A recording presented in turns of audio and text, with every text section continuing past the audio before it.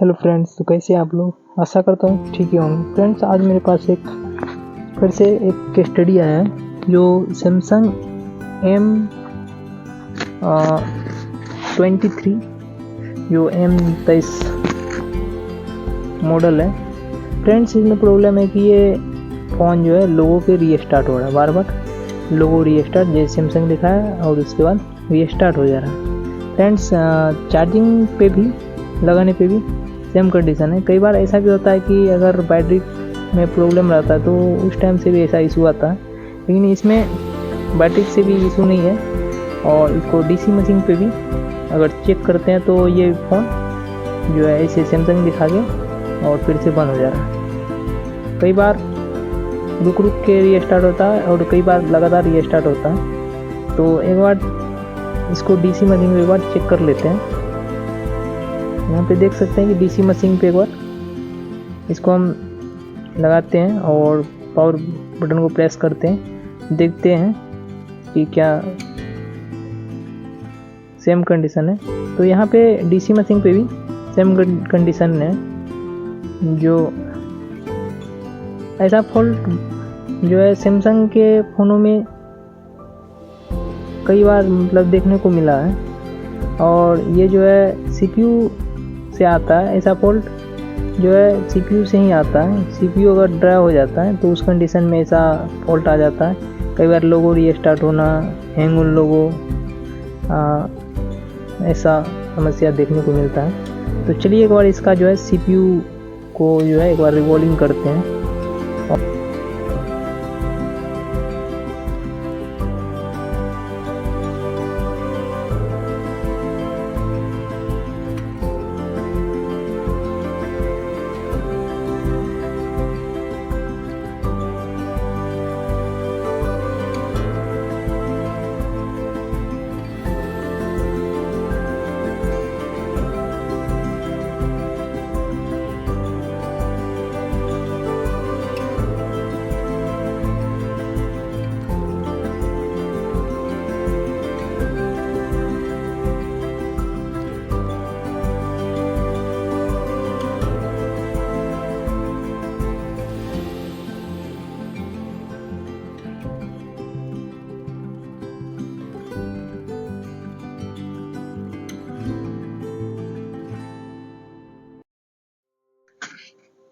यहाँ पे हम असेंबली में कोई भी नोजल यूज नहीं कर रहे हैं। इस टाइम से होगा क्या कि सीपीयू पे प्रॉपर हीटअप होगा और सीपीयू उठाने के टाइम में बॉल जो है कम से कम जो है निकलेगा। वो जो बीएनसी बॉल रहता है वो तो निकल ही आता है, लेकिन वो काम का ट्रैक जो है ऐसे में कम डैमेज होगा।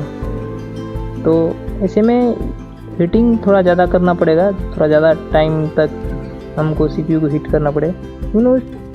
कंडीशन में सीपीयू पे जो है कोई परेशानी नहीं है, सीपीयू सेफ रहेगा। और इस कंडीशन में प्रॉपर सीपीयू पे हीट लगेगा, चारों कोना पे एक साथ प्रॉपर हीट लगेगा, जिससे बॉल जो है कम डैमेज होगा।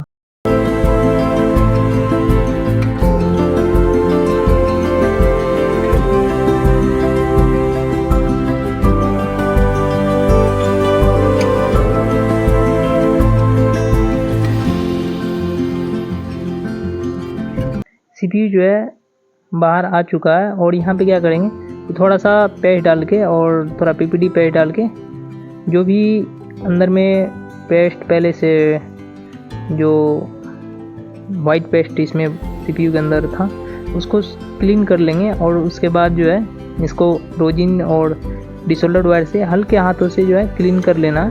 और क्लीन करने के बाद सीपीयू को भी उसी प्रकार से क्लीन कर लेंगे। क्लीन करने के बाद रिवॉल्व करके फिर इस पर पेस्ट करते हैं और उसके बाद चेक करते हैं।